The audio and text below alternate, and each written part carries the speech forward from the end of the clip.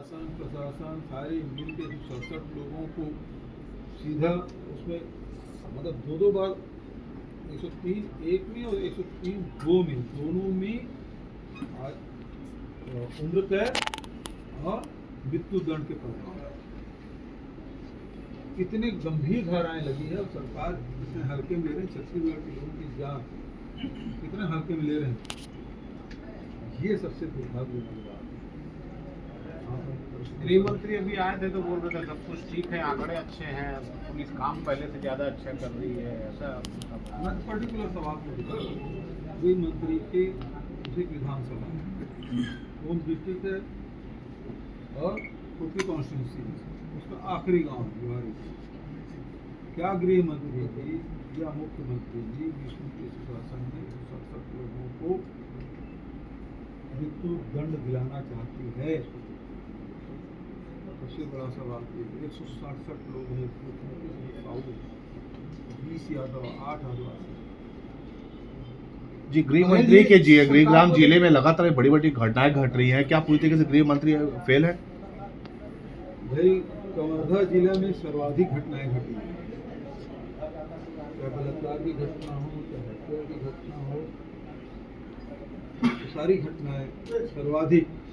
कोई तो कह रहा था दोनों डिप्टी सीएम में कंपटीशन चल रहा है किसके यहाँ ज्यादा अपराध हो। आपके खुद के बच्चे भी पुलिस की जांच के दायरे में रहते हैं, क्या इतने सवाल उठाते हैं आप, इसलिए आपको आपके परिवार को टारगेट किया जा रहा है?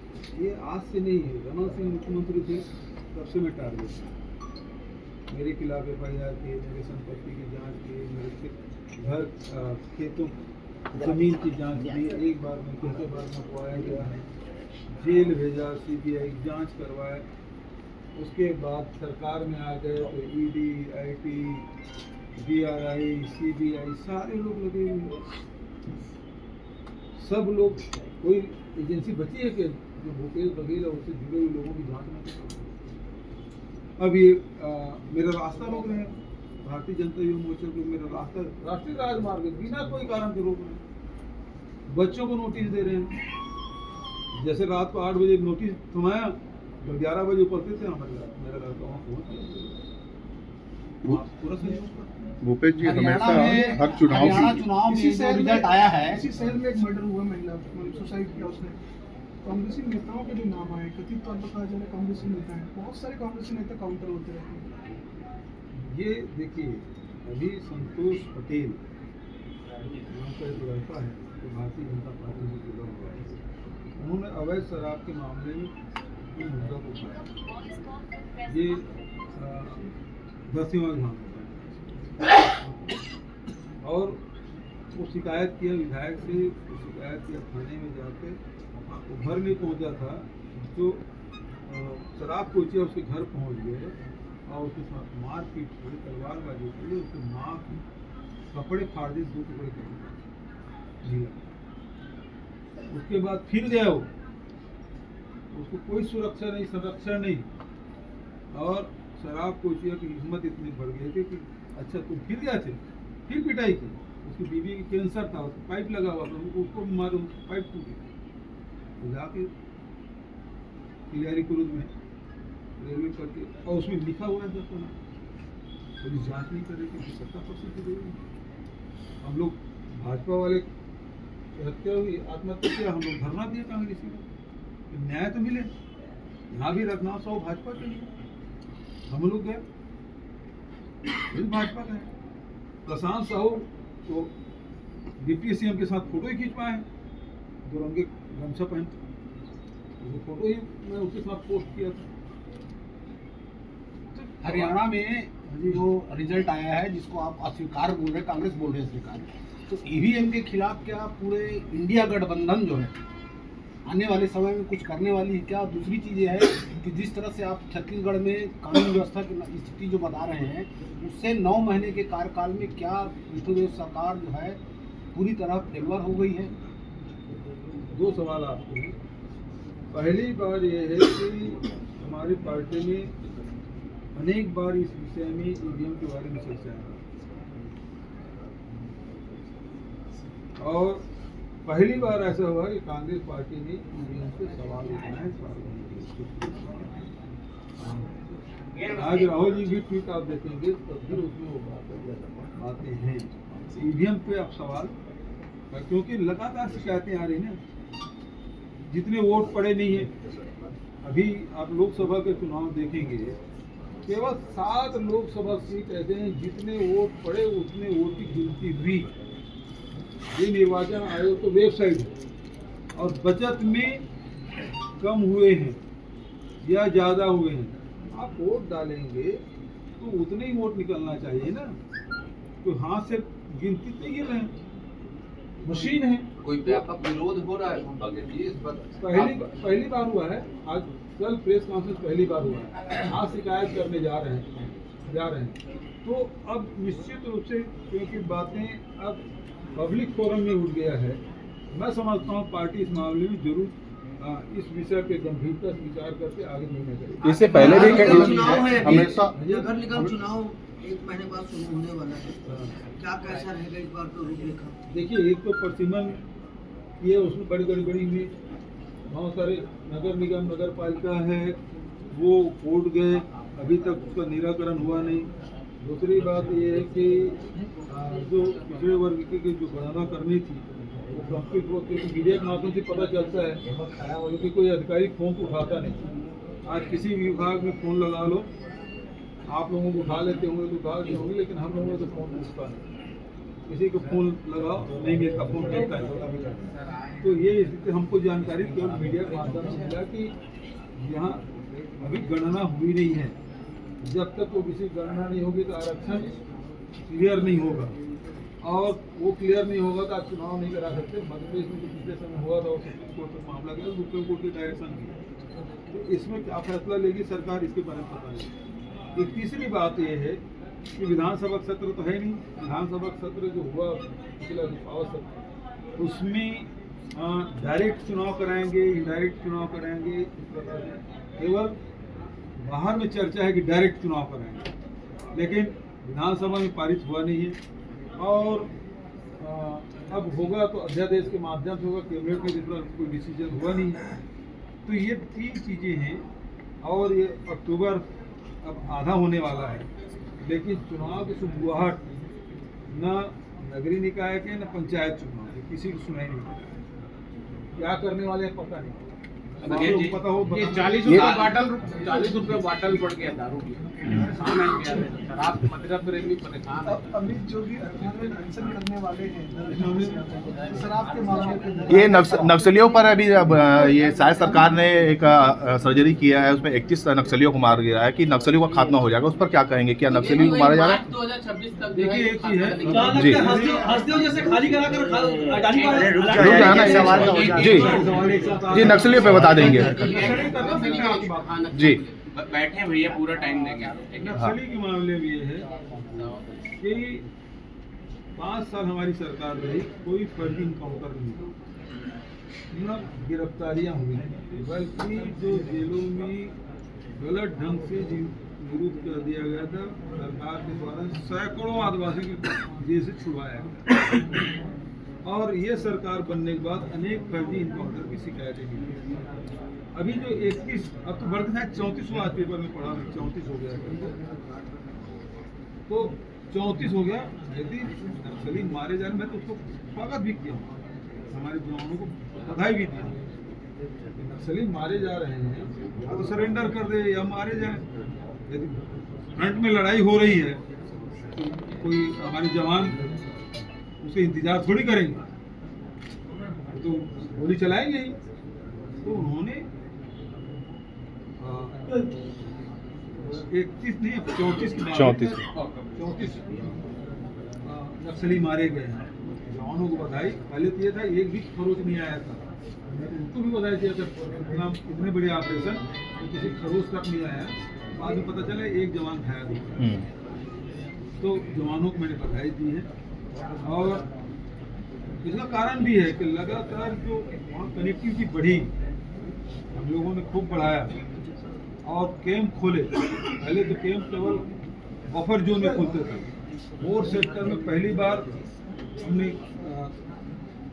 कैंप खोले, और इंद्रावती में पुल भी बनाए, 2 पुल बने हमारे पास। और इसके कारण से ऑपरेशन करने में सफलता मिली। सड़क भी बना अंदर से, जो आप अंतागढ़ से सीधा भैरमगढ़ तब कि आप अंदर सड़क में जा सकते हैं, सड़क भी बनी है।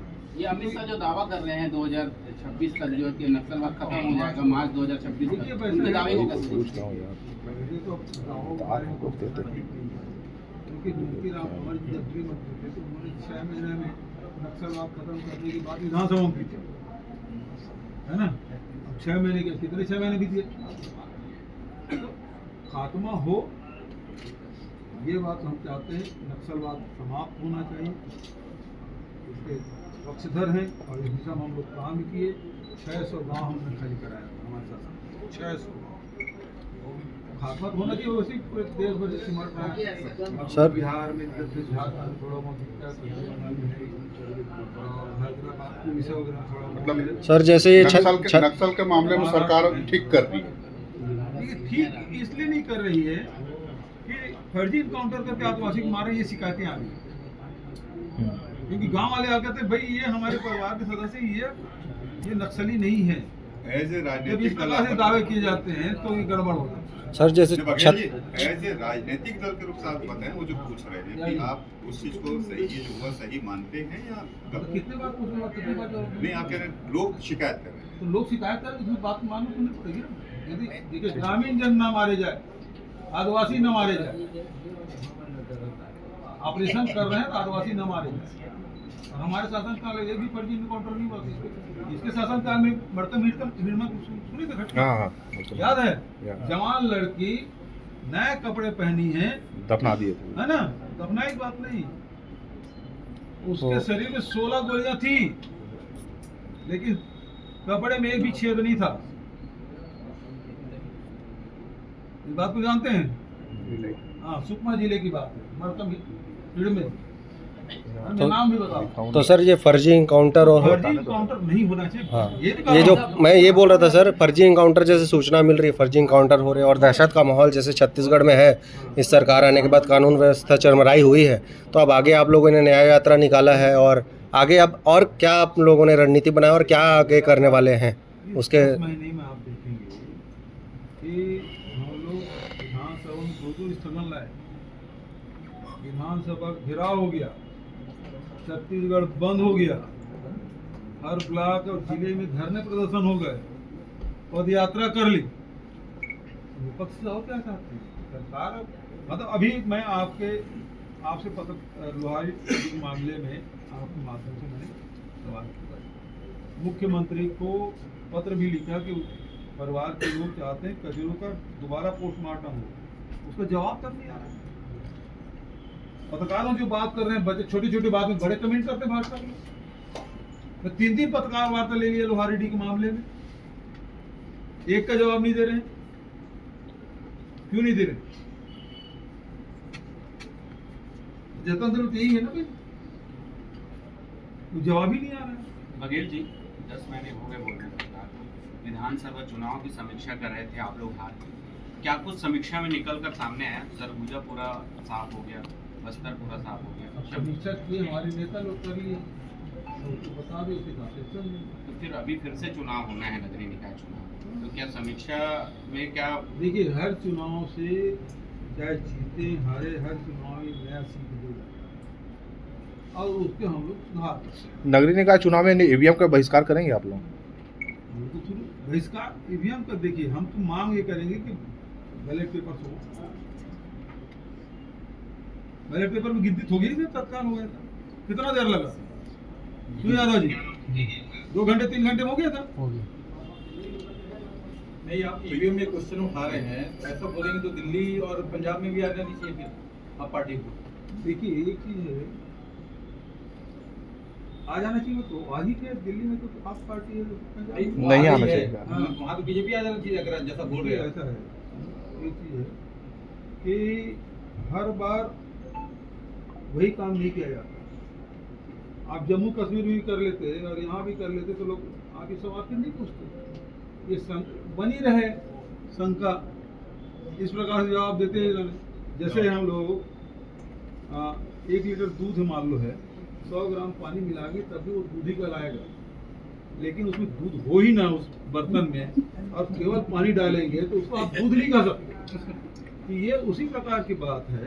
ये लोग उस प्रकार से देखो, छत्तीसगढ़ में भी आप जीत गए थे, मध्य प्रदेश और राजस्थान में जीत गए थे, पंजाब में आप पार्टी जीत गई। तो ये बताने के लिए कि भाई नहीं, ऐसा नहीं है। ये हरियाणा यही का मशीन गया था क्या छत्तीसगढ़ वाला? क्या पता भाई, ये खुद ही पत्रकारिता का काम है। हरियाणा चुनाव में हार के बाद कल कुमारी सैलजा का बयान आया, कहने के लिए बहुत कुछ है मगर वक्त नहीं है। क्या गुटबाजी कहीं भी साथ नहीं छोड़ रही है कांग्रेस का? सैलजा यहाँ इतनी की ज्यादा भी प्रभावी गुटबाजी रही हो है। गई है देखिए कांग्रेस उसके बयान पे मैं कोई काउंटर बयान नहीं करूँगा। हमारे CWC का मेंबर है महामंत्री, तो वो उन्होंने कह भी दिया कि उचित फोरम में बात रखेंगे, वही ना। ये बता दें अब जो कांग्रेस वो कहाँ पर आवेदन करे, किसके पास आवेदन करे कि कांग्रेस के रूप में उनको पार्षदों की या महापौर के टिकट मिल सके? इतनी बची हुई है, कहाँ पर आवेदन करे? ये चंद्रपुर में भगवान राम की मूर्तियां बदलने जा रही है, इस तरीके से देख रहे हैं बदलना चाहते हैं बदल दे, सारे नाम बदल दिए। अब देखें स्वामी आत्मानंद का नाम बदल दिए, स्कूल का डॉक्टर पूर्व प्रदेश स्वास्थ्य योजना बदल दिए, शहीद महेंद्र कर्मा के नाम से बीमा योजना को बंद कर दिए। अभी नगरीय क्षेत्र में राजीव गांधी के नाम से योजना थी उसको बदल दिए। तो नया कोई काम